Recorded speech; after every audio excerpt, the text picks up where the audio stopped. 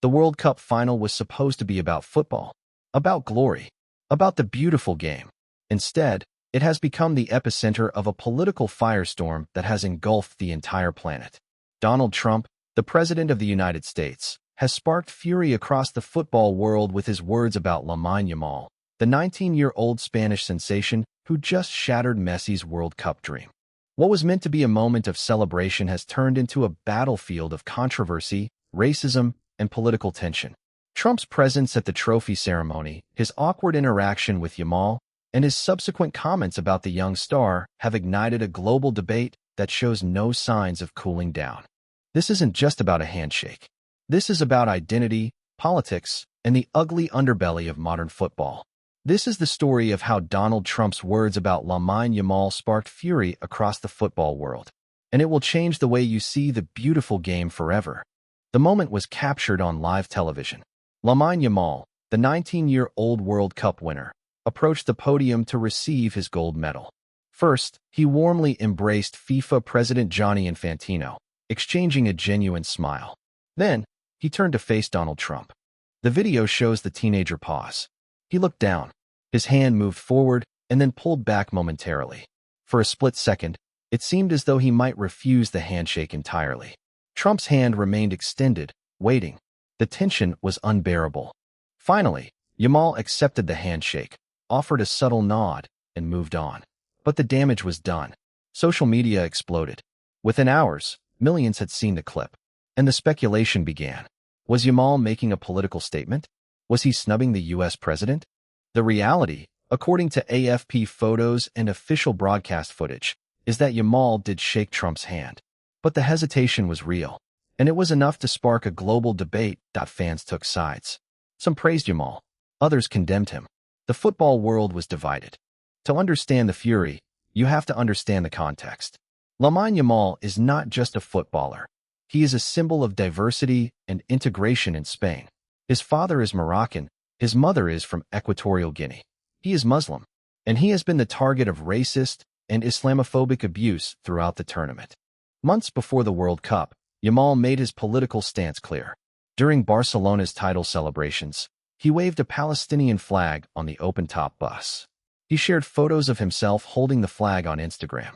The gesture drew criticism from Israel's defense minister, who accused him of inciting hatred towards Israel and the Jewish people. Spain's Prime Minister Pedro Sánchez defended Yamal publicly. He has merely expressed the solidarity with Palestine that millions of Spaniards feel, Sánchez said. Those who believe that waving the flag of a sovereign state means inciting hatred have either lost their minds or have been blinded by their own ignominy. Now, fast forward to the World Cup final. Donald Trump, a vocal supporter of Israel, is presenting the trophy. Yamal, the Palestinian flag waver, is receiving his medal. Their paths cross.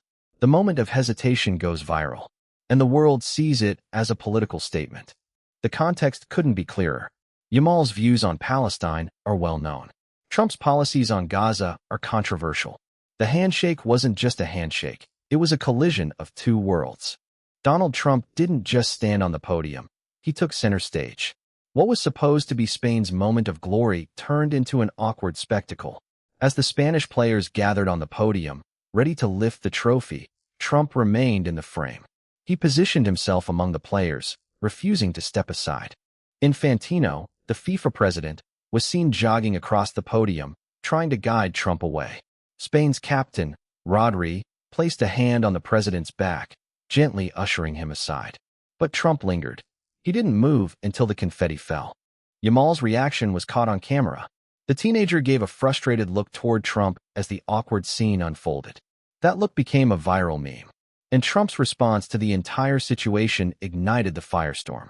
When asked about Yamal after the match, Trump's words were dismissive. He reportedly made comments about the teenager's hesitation, fueling the narrative that Yamal was disrespectful. The exact words are disputed, but the fury is real. Fans and pundits alike were outraged by Trump's behavior. The Spanish Football Federation later posted a photo of the team's celebration on social media, but Trump had been cropped out. The move was widely interpreted as a deliberate snub. Fans praised the federation for cutting out the uninvited guest. The fury surrounding Trump's words has opened the floodgates.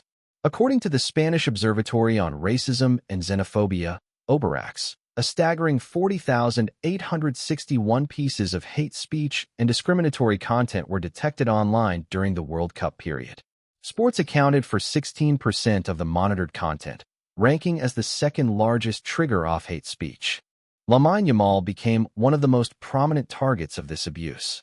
His identity, a Muslim player of Moroccan and Equatorial Guinean descent, has made him a lightning rod for racist and Islamophobic attacks. Content that dehumanized targeted groups represented 48% of the total, a shocking increase of 25 percentage points in 1 month. The abuse wasn't just on fringe platforms, it was everywhere. Social media was flooded with discriminatory messages. Some posts called for Yamal's expulsion from Spain. Others praised those who attacked him. The dehumanization was breathtaking.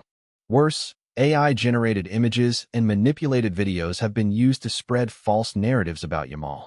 A fake image showed him draped in a Palestinian flag, which he does support in reality, but the image was AI-generated. Another viral clip falsely claimed he made an obscene gesture toward Messi. The disinformation has amplified the hate. FIFA has remained silent on the issue, but the football community is outraged. Players, pundits, and fans have called for action. The fury is not just about Trump's words anymore.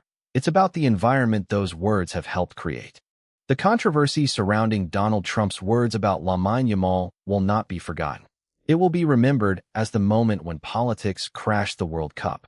It will be remembered as the moment when a 19-year-old boy became a symbol of resistance, identity, and resilience. Yamal has handled the situation with remarkable grace. He hasn't responded to that. For fans, the controversy has exposed the ugly underbelly of football, the racism, the Islamophobia, and the political manipulation that have become all too common. It has also exposed the power of misinformation, with AI-generated content fueling false narratives.